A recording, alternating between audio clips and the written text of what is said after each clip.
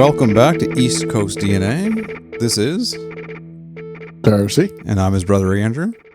A couple weeks ago, we were talking about something that Matty Grace was doing, and I made kind of a joke that we could probably make a whole podcast, weekly podcast about Matty Grace's musical adventures. And so here we are. Welcome to episode 1 of Disgraced with Matty. Yeah. Or our second episode that Matty was on, and we interviewed Matty as well back with jam sessions when we were doing that at Nova Scotia Music Week. So this is our third interview with Matty, technically. Yeah. You said it. You can't take it back. It's Disgraced with Matty now. Yeah, let's change all the marketing. Yeah. Yeah, I guess the other times that we met in a podcast format too, like the first time that Andrew mentioned with jam sessions, it was specifically around Cluttered, which was fairly new at the time. Yeah. And the last time it was kind of a split episode because we're interviewing people opening for Propaganda back last spring. Mm-hmm.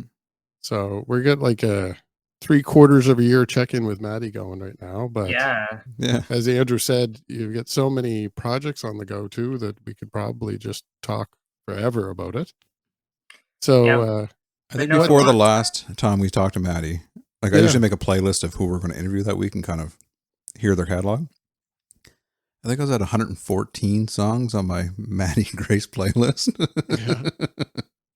So and there's not one song I would skip. So good stuff. Oh, that's flattering. Thank you. Yeah. Things are busy. Things are busy and they're afoot. And I just seem to get a new idea every 3 weeks, and then I just manifest it into being a reality. So here we go. So you reached out to us this time because you have a project coming out soon. Yeah, I have 2 things coming out. One of them I just kind of finalized today. It comes out on March 3rd. It's a kind of acoustic collection of songs called Blemishes and Scars. So it's a new song. It's an EP that I recorded at the beginning of the pandemic that some of the material is really vulnerable, and I just was I was working on Cluttered stuff after I had kind of forgotten about it, and I never really revisited it. And the neat thing of this collection is there's a Future Girls song on it that's reworked for acoustic. There's 2 Fat Stupid songs that are reworked for acoustic, and there's an Against Me cover that I did in 2017, basically 2 or 3 months after coming out as trans. I just was I want to do this Against Me song, and I did it. And I only have the WAV file of the finished song. I couldn't fix it. I couldn't fix any stems. So it's it's very, this collection is kind of an odds and ends. It's very imperfect.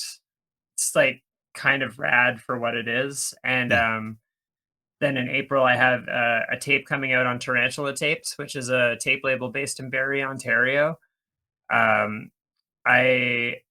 Somebody over the course of sometime in December had said to me, they're I like what you're doing, but I miss when you were doing acoustic songs. And I was oh, okay. So I wrote an acoustic EP over the course of 3 days, and that's called The Breakdown of Progress. And Tarantula Tapes is actually releasing The Breakdown of Progress and my last acoustic EP, Dysphoria City Limits, as a single tape in April. So that'll come out. I think it's April. It's the first Friday in April is when it's coming out. Okay. So I engineered that. Robert from Century Egg mixed it and did a really cool job with it. And I'm going to master it hopefully tonight or tomorrow, and then get it off to make some tapes. Awesome. So, sweet. So you're actually are you putting cassettes out, as I said? Yeah. So the singles collection might be on cassette eventually, but for now it's just digital. It was just kind of I revisited those songs, and it was kind of I just needed to let them go, put them into the ether. They can exist. If they resonate, that's cool. If they don't, whatever. But the first song on it, which is a song called Napathy and Exhaustion, I've been playing live for the better part of a year. And every time I play it, somebody is hey, what was that song? Where can I find it? And I was it doesn't really exist yet. So it kind of was a vehicle to make that song exist. And then my band Crisis Party is recording in March. We're recording the 18th and 19th of March for a thing called the Pills Sessions. Pills Sessions are a thing that take place in. So like I'm doing a residency in Ottawa right now.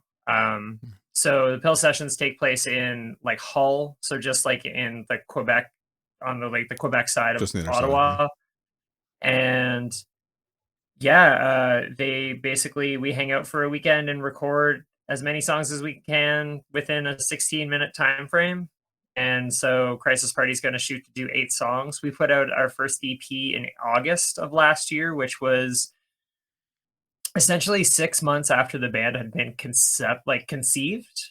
We were just like ready. I had all songs written. I had full length written. So this Pill Session is going to be really fun. It's like 6 new songs and 2 covers, which was kind of a shift. That band's always done like 1 or 2 covers, but to like kind of flesh it out a little bit more and pick like different songs is going to be kind of fun. Mm-hmm. So there's that stuff. There's new club material coming. We recorded a bunch of stuff when I was home for the holidays. There's a 2-song EP going to come out whenever it's done being mixed, which should hopefully be in the next month or 2. And that's going to be called 2 Tracks Before the Breakdown, which has an electric version of Napathy and Exhaustion, which is the acoustic song that I'm putting out, and a new song called Give Me, which I'm like pretty stoked on. I wrote it in Becca Daly's basement when I was visiting for their birthday weekend in December, and then we like recorded it as a full band like 2 weeks later, and Awesome. yeah, it's pretty rad. You have pretty quick turnaround on conceptualizing something to actually materializing an end product. I don't like sitting on stuff. I find that really hard because I lose interest. Like the longer I sit on something, the more I'm just like, I don't care. I don't want to do it anymore. Like I'd rather just like do the thing. And I understand that sometimes, you need some time to do the PR part of things or like get people interested or talking or whatever. But like for the most part, in my experience, like you put out a release and it just kind of like, no matter how much PR you've done, no matter how much talking to people, no matter how many like news things have reported it, it has a pretty finite shelf life. Mm-hmm. Like full lengths are different than EPs, but like,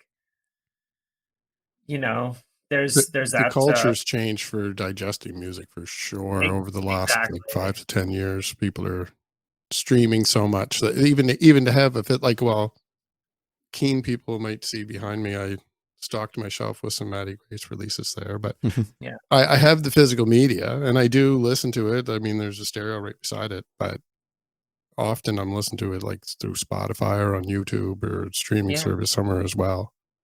I imagine BandCamp is probably a good central location to find most of the stuff that you're putting out there as well. BandCamp's like the best one, and it's also kind of the most ethical of all of them as well. Mm-hmm. So like BandCamp kind of the shit. And that should be a BandCamp Friday if they're following the pattern they're following the day correct. that comes out. That is why. So Blemishes and Scars will be on the March BandCamp Friday. I put out a 2-song EP on the February one, and then the April one will be Breakdown of Progress. So like all soul stuff. And there's like, I'll talk about it because it's like well underway, but I have a solo full length, like a full band electric solo full length on the way as well. Cool. That is going to be called Cheap Shame. It is myself doing like the majority of the instruments, but my pal Jordan Bell, Jordy played in this awesome band called Crusades from Ottawa. So he's drums on it and mixing it, and Becca's gonna sing on it, and there's gonna be a bunch of guests, and it's like pretty daunting to like try to piece it all together, but like I'm pretty excited about that too. So my plan was to, like last year, I was just like, I'm gonna just focus on like a Crisis Party full length and a Cluttered full length and this solo full length, and then like so many little other things have popped up. Like I joined a D-beat hardcore band in Ottawa called Zeal, and we're recording a 7-inch in May. And we have a demo coming out sometime soon. Like, it's just like little things keep popping up, so I just am perpetually putting something out or promoting it, or like, and it all kind of fills a different, like, each thing fills a different spot of a thing I like. Mm-hmm. So like the solo thing can be like acoustic or electric, or like it's kind of soft and like a lot of big feelings, and cluttered is like more powerful but like a lot of feelings, and then Zeal is just like this like super aggressive, like I just play bass and yell backups. I'm just yelling like blood and dead and dying and all this shit. And it just really, and like Crisis Party is kind of an in-between of all of that. So it really, like, I love punk music, and I love punk music probably to a fault. And so it just like allows me to kind of skirt through different genres and things I like to, perform at the level I perform at. Well, we'd seen you too play with the Worst Part at that Propaganda show. Yeah. And I just saw you recently with Century Egg too, up in Dartmouth there playing. Yeah, So I mean, those are another two different genres, really.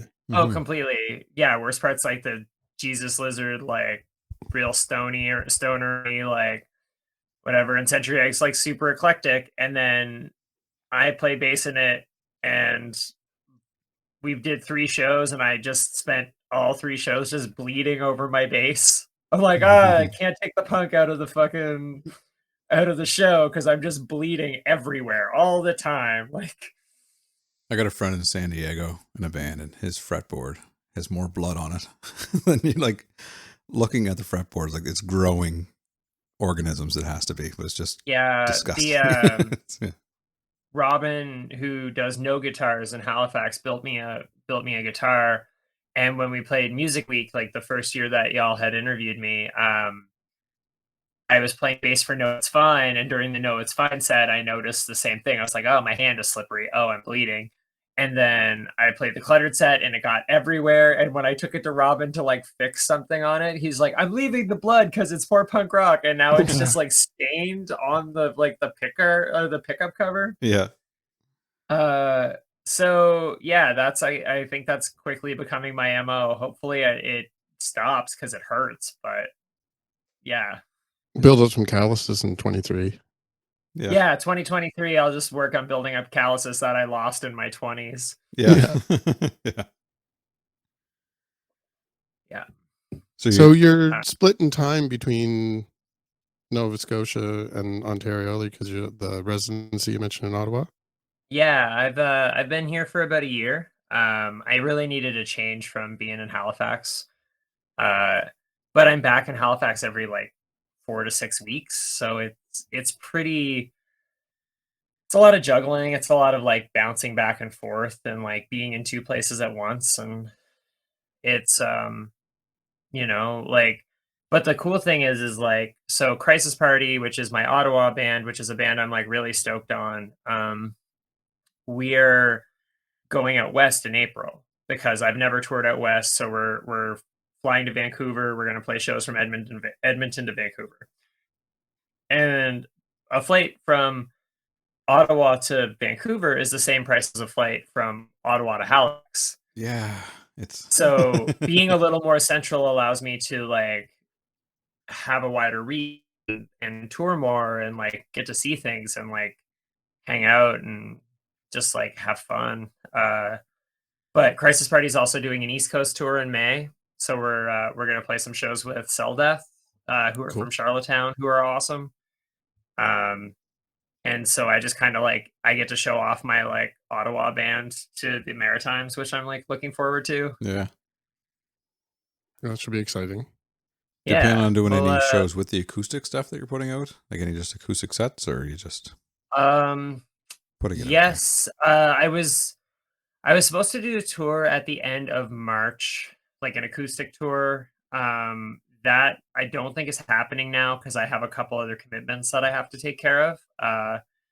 But I am playing, I'm sure they'll announce it soon. I'm playing Pooza Fest solo in Montreal in May. Oh, fantastic. So that's gonna be one. and there is the possibility that I get to open for somebody kind of cool that I can't really talk about in May as well. So there's some solo shows coming up where I can like, explore that. My last one was in December. I opened for Teenage Halloween, who are a band from New Jersey, who are like excellent. They're on Don Giovanni Records. They're great. So I got to open up for Teenage Halloween, who like they put out a record in like 2020 or 2021, and it's fantastic. It's a very, very good record, and like just getting to hang out and meet them and stuff was really fun. But um that band has a couple non-binary people in it, and all of the solo material, like a lot of it is just talking about like heartbreak and gender dysphoria and stuff. Mm-hmm. And so like we connected afterwards, where it was just like, oh, you're talking about the thing I feel all the time, and I was like, Mhm. yep, I get you. Like, There's probably a lot of thematic overlap in the lyrical content between both projects, yeah, I'm sure. yeah, definitely. I mean, like different approaches for sure, but um yeah, so I've got some solo stuff. I haven't played a solo show in Halifax in a really long time, so that's something on my like list for this year. I don't know when it's going to happen, but I'd like to do that, even if it's just like something small and intimate, like um cuz that's, I weirdly I started playing performing as a solo artist because partially because Future Girls had kind of slowed down a little bit, but there used to be a festival in Ottawa called the Ottawa Explosion Weekend. Mm-hmm. And there was one year that Future Girls was playing, and Emmanuel, the former person that was like one of the main proprietors of it, reached out and was like, "Hey, would you do a solo set in this church?" And I was like, "Yeah, totally." So my first two solo shows were actually back to back years for Ottawa Explosion, and then I started doing them in Halifax. So just like when I decided to move here, like there's the connection to that scene. I've had the connection to that scene since probably 2014. So like it was kind of worthwhile. We did notice too that you were referenced in the Exclaim magazine. There was a little corner picture of the little right up there. Yeah, Giving you a little shout out. that's the ultimate power move. Like if I went on a date at a bar and I was just like, "Hey, look at the fourth page of Exclaim magazine," Yeah. because digital article that goes into it in much more depth. That quote is pulled from a digital article on me that came out in September or November. I can't remember which now. Probably September. But yeah, that was an Exclaim last year, and they're paying attention, and that's kind of mind blowing because it's the same thing as like it's something as simple as like I end up on Punk News or something, and I read Punk News every day in university, like Mm-hmm. every single day that I would read that website, and now it's like I'm on that website, and like everything I put up goes on there, and it's just like kind of breaks my brain a little bit. Yeah. Or like I know It's the people, yeah, like the people involved, and you, the there is like an air of celebrityism, which feels really strange to me. Mm-hmm. Like it feels really bizarre because like I'm just a person. Like Mhm. I don't really I've met people that I've admired and I've been severely let down. And so I don't ever want somebody to meet me and be like, I thought they were so cool. And then they turned out to be like, whatever. So I'm just kind of the same, like, skid that I am all the time. And like, people have to make their own discretionary judgment call of like, if they thought it was a good interaction or not. But, uh, yeah, there is a little bit of that, like, people are paying attention and that's really rad. And it's the thing that I've like worked for and have wanted, but also it feels very bizarre. Yeah, It's because very, it very creeps. strange. You were always putting the effort in, so just now that the volume's there, it probably is a little surprising to see, like, well, what Yeah, point did they I'm start paying attention? I think when you're the well, person like behind the recording setup, you don't realize the impact you're making on the other side of that. And then yeah, when this stuff starts happening, you're kind of like, oh, you're making a difference, and when you're recording it, you think you're just doing your thing and having fun, but And people I'm are still, receiving that differently, right? So yeah. yeah, and I still like at its core, like I am recording or playing or writing songs purely from the avenue that I have a need to create, or Mm-hmm. I have something that I need to say, or like I need to get something off my chest, or I have a big feeling and I have to process it somehow. Like it's just that it seems like the big feelings I'm having maybe resonate with people on a level that I didn't think of at one point in time. Mm-hmm. Or maybe I'm just saying it more eloquently now and like people are jumping on board. I'm actually very nervous about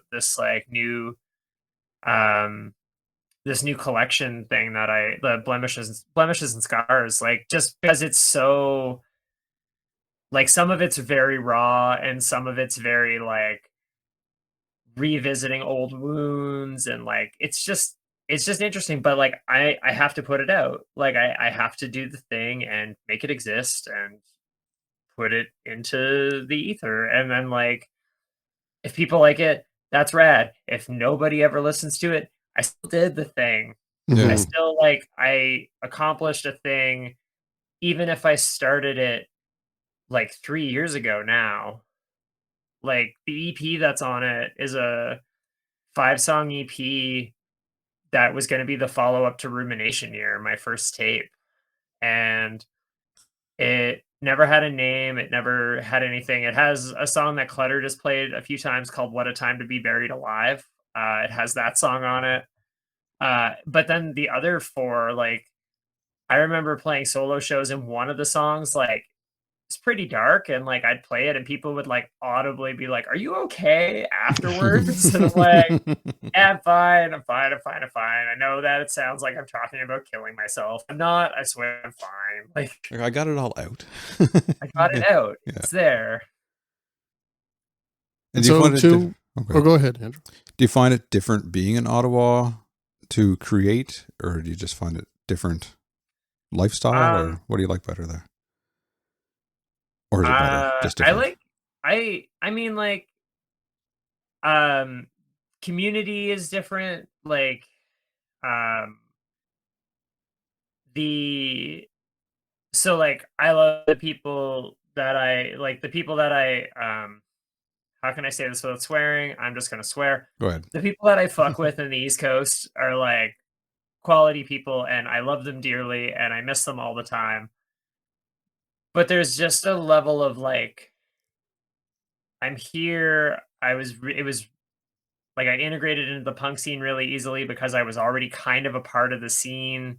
Because like every time I would play a show in Ottawa, I would have friends come out, and now I just get to like nurture those relationships and build new like friendships and relationships from that.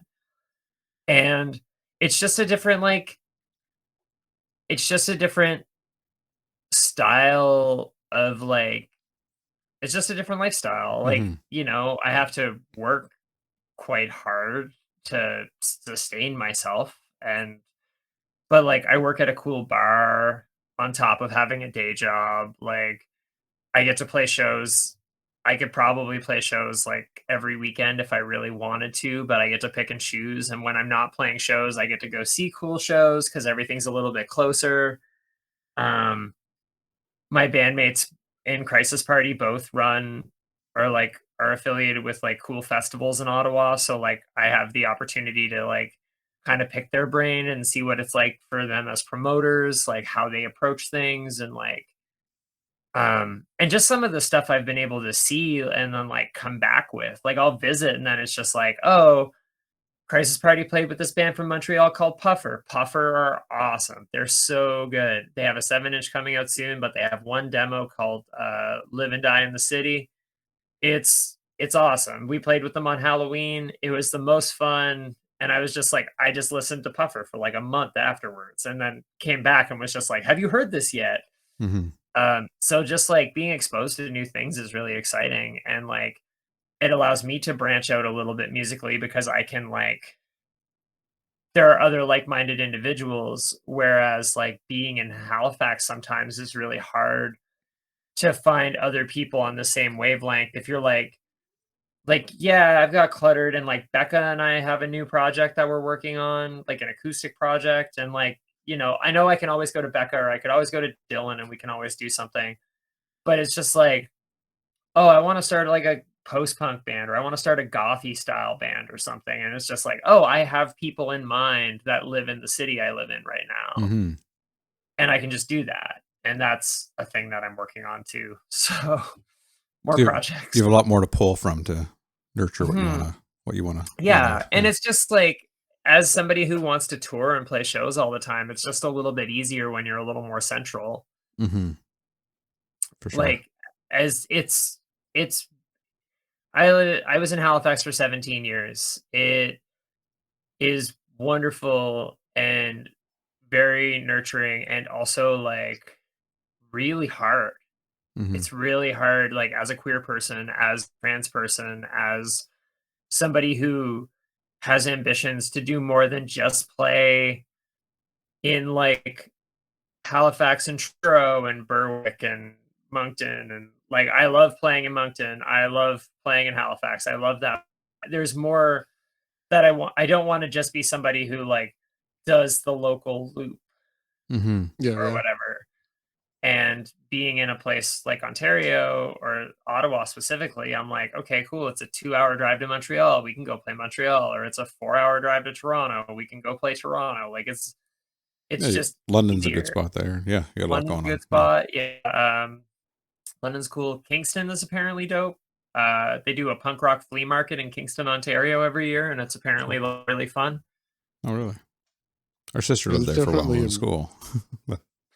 the music scenes in those areas are similar to Halifax, but those are a bunch of areas that are all close together that they bleed into one another. So it's like Yeah. a bunch of Halifaxes in a driving distance, really. Yeah, exactly.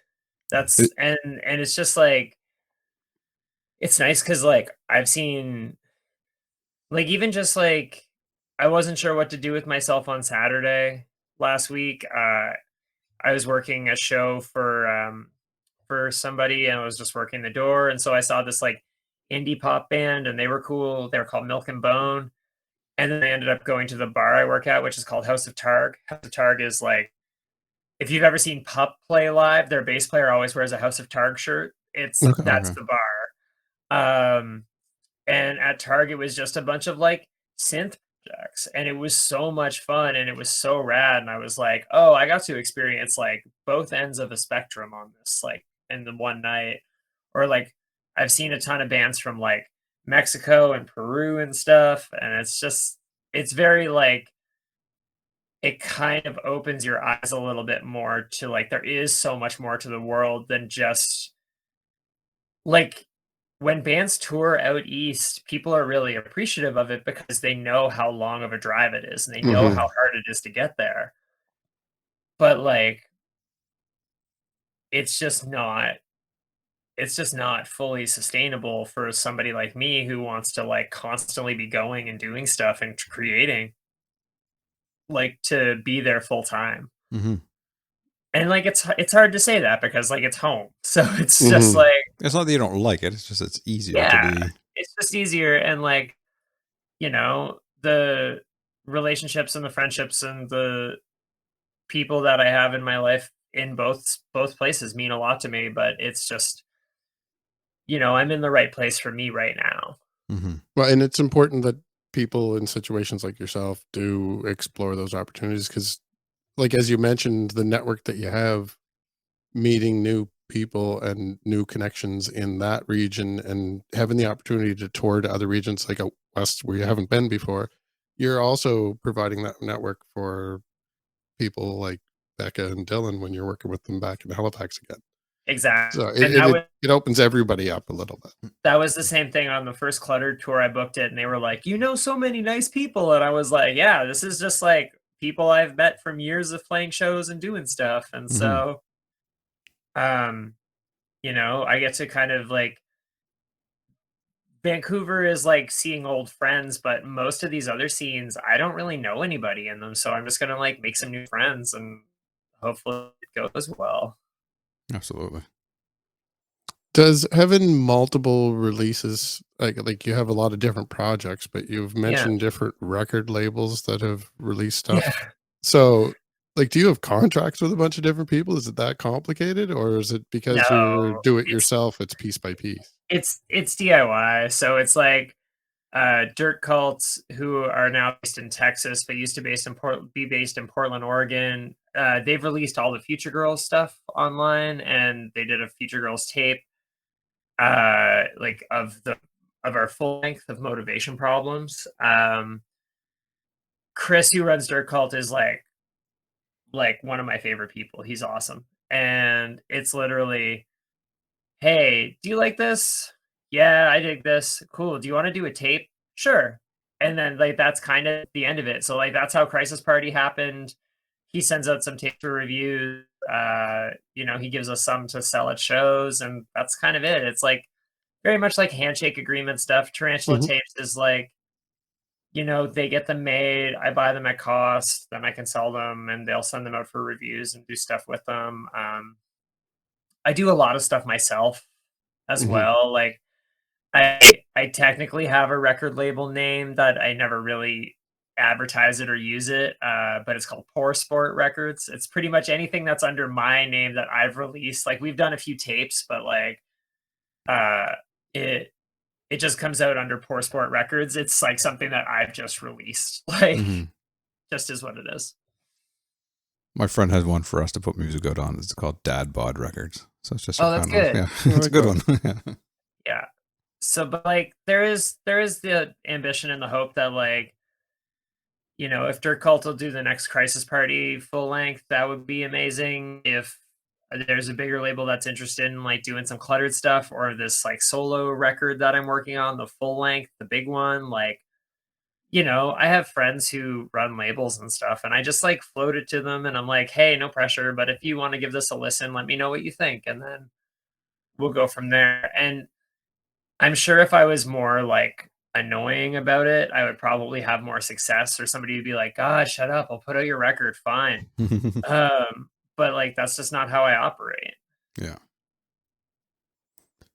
So, where can we find you online that you're most active so people can follow all these releases and shows coming up and stuff? Is it Instagram still or are Uh you market yeah, elsewhere? Instagram at Matty Disgrace, Twitter at Matty Disgrace.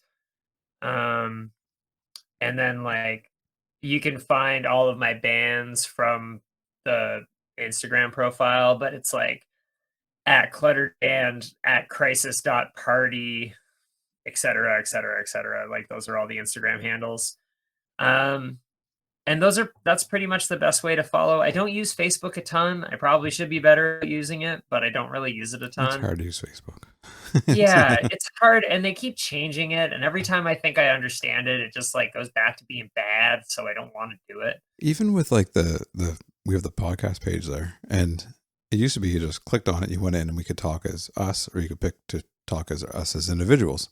Yeah. But now it goes to a. It takes like 5 seconds to load up a new screen, and it changes your profile. I'm like, that 5 seconds means a lot to me. Like I just want to Yeah, click on a I button, think I right? So, clipped it out, the episode that came out today as of the recording where I interviewed Derek about the commune yeah, reopening. I cut down some of the conversation because we sat here for quite a while, and I probably took it out. But I was talking about Facebook too, where we have the Facebook page and then the Facebook group yeah. for East Coast DNA, and there's so many ins and outs. I don't even know where I'm posting it half the time. I'm just Yeah. putting it out Yeah. there. I don't know if anybody sees it, they know it's for the podcast, but I don't really know where people are looking.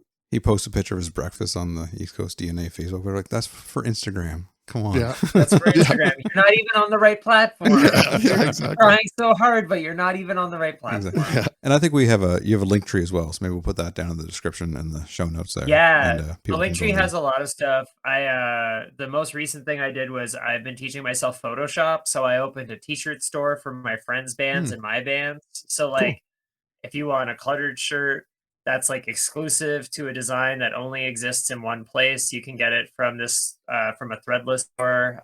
Cool. No, It's Fine is on there. Book Buddies are on there. Safe Word are on there. Gross, the hardcore band that Becca and I have, we have a shirt.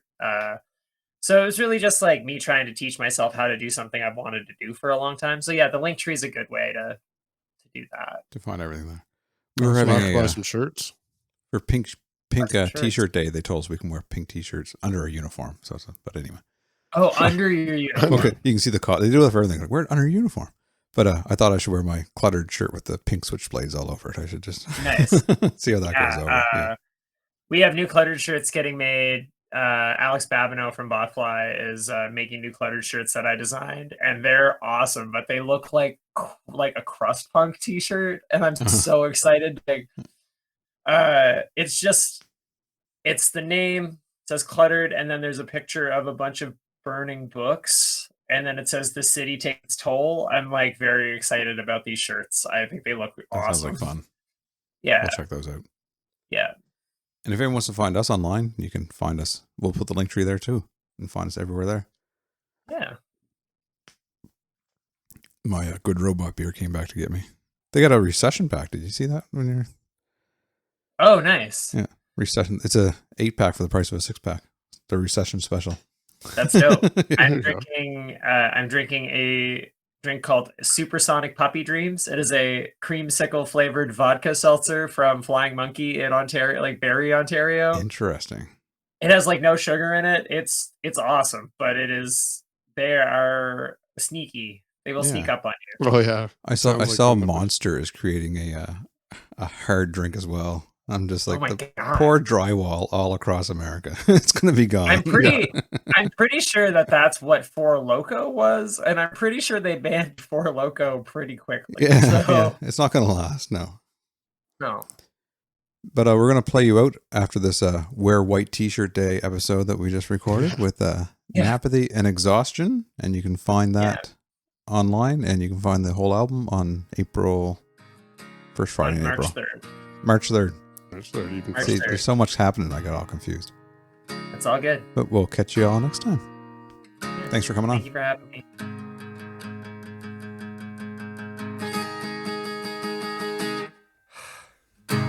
Tired of breathing, using every day. If I say I'm struggling, should I just admit defeat today? Trying rhymes for troubled times. I'm in a situation of my own design.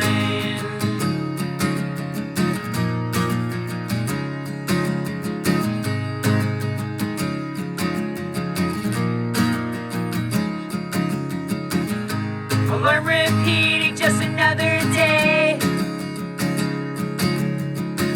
Maybe this won't feel like I'm failing, okay. Trying rhymes for troubled times. I'm in a situation of my own design, but I write it out again and again. Things are so different now, but I can't change them. Things are so different now, but I can't change them.